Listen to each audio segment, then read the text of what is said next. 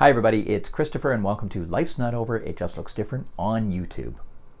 In today's video, I want to talk about a piece of advice that I was given early on in my sight loss that took some time for me to come to terms with. And that piece of advice by one of my doctors was, don't be afraid to ask for help. Now that was hard for me for a couple of reasons. He gave that piece of advice to me while I was in the early days of my sight loss and actually had less vision than I do now, and at a time when I was still in the mindset of I'm going to get more of my vision back, I'm not going to need help, I'm going to do this, I'm going to break through this. So I was not mentally ready to take that piece of advice. And the other reason that it was challenging for me to hear that advice and to want to take it was because I had always been such an independent person up to the point of my sight loss. I had no qualms about hopping in the car and driving anywhere I wanted to go, whether it be to the grocery store or to the next town or halfway across the country if I felt the need to do so. I am the oldest of 3 children, and my next youngest sibling is 4 years younger than me, so I'm used to being independent, and I was very used to doing things for myself, getting things done, and doing things that, you know, because they were younger, they hadn't done yet, so I was breaking the ground here or figuring out how to do these things. So that built-in independence was very hard to sort of push gently aside when I got that piece of advice to be okay with asking for help. But over the years, I have found a few places or a few situations where I am okay with asking for help. And one of them is when it comes to reading printed material. If I'm given a page to read, whether at a doctor's office or maybe a letter in the mail, if I don't have my magnifier handy or I don't have my phone at the ready that I can turn on the magnification features, I will often ask for help and say to my spouse or to a coworker, hey, can I borrow your eyes for a minute? You'll notice I didn't actually ask for help because that's just my way of having fun with it. They usually oblige, unless they're really busy, but they often oblige me and help me identify whatever the document is or read the document for me. And then I thank them for the use of their eyes, and we all carry on. Another place that I have become very okay with asking for some help, or actually what I like to think of more as some indulgence, is when I'm meeting new people, whether it be meeting new friends or meeting new coworkers.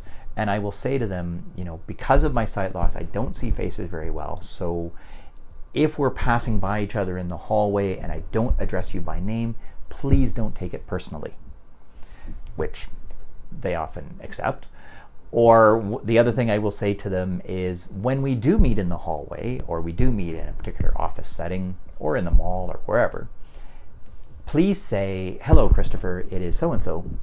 And that way, I'm able to participate in the conversation and reply with, hey, so-and-so, it's nice to see you. Instead of having this clueless moment where I may not show it on my face, but what's happening in my head is if you just walk up and say, hi, Christopher, how's it going? And you start into a conversation and I don't actually know who you are and I haven't got that voice to name connection yet. You don't often see this going on, but what's happening in my head is these little wheels are cycling really fast trying to figure out who this is that I'm talking to. So yes, I do often ask for help in that regard, is please tell me who you are when we're talking. I would appreciate it. Thank you. Another place where I've been okay with asking for help, not that I really need it 100%, but it's more for efficiency's sake. When I'm boarding an intercity bus or when I'm boarding a plane, I've often said to the staff at the loading gate, would you mind showing me to the right seat? It's not so much that I can't sort of get up really close and try to read the seat numbers and then count seats and hopefully find which side is ABC or which side is DEF. it's more for efficiency, and I'll kind of make a joke about it and say I'd really love it if you could show me to my seat so that I don't actually end up sitting in somebody's lap, which would be uncomfortable for all of us. True? Yes. So that's another place where I don't mind asking for help. And when I'm at the gym, I've been going to the gym now for, gosh, it's been almost 7 years, except for COVID interruptions and a few other things. It's been about 7 years of doing this circuit training kickboxing workout that I've been doing, first at a 9-round gym, now at a place called Sweat City. Thank you, Sweat City. I love you guys. The trainers at all of these places, whether it's the current gym, Sweat City, or whether it was at the 9-round franchise that I used to go to, I would tell the trainers and the owners about my sight loss, and so they were very good at helping me out, because at each workstation each day the exercise is different. So it's written on a whiteboard, sometimes in printing that I can make out if I get really close, but sometimes even then I have trouble with people's printing or scroll. Or sometimes the whiteboard is up high enough that I can't actually get close to it. So the staff have always been really gracious and helpful at coming over, telling me what the board says, and then I'm able to proceed with the exercise. And sometimes they demonstrate the exercise, which they do for everybody else as well. So I'm not alone in that regard, but I do appreciate that they do make that effort to help me and help me understand what the board says, and don't just say, well, as you can see on the board. Well, actually I can't. So I appreciate that they don't do that. Now let's talk about where I'm not okay with asking for help.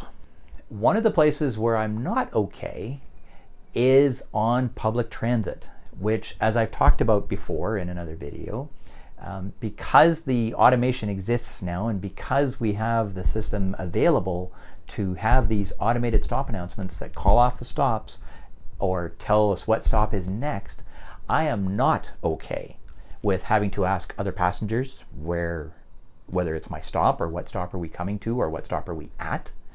And I'm not okay with asking the drivers either, because the driver's job is to drive. Their job is not actually to make sure that I get off at the right stop.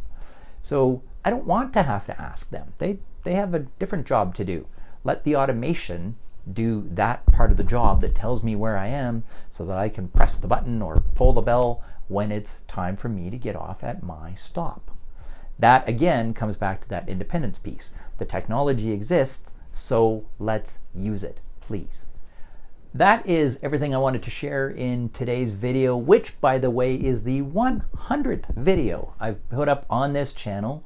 Thank you so much to all of you who've watched these videos, who've clicked like down below, subscribed to the channel, posted a comment or a question. Thank you all so much for doing so. I really do appreciate your support. I really appreciate your time, and I hope that you all have a wonderful day.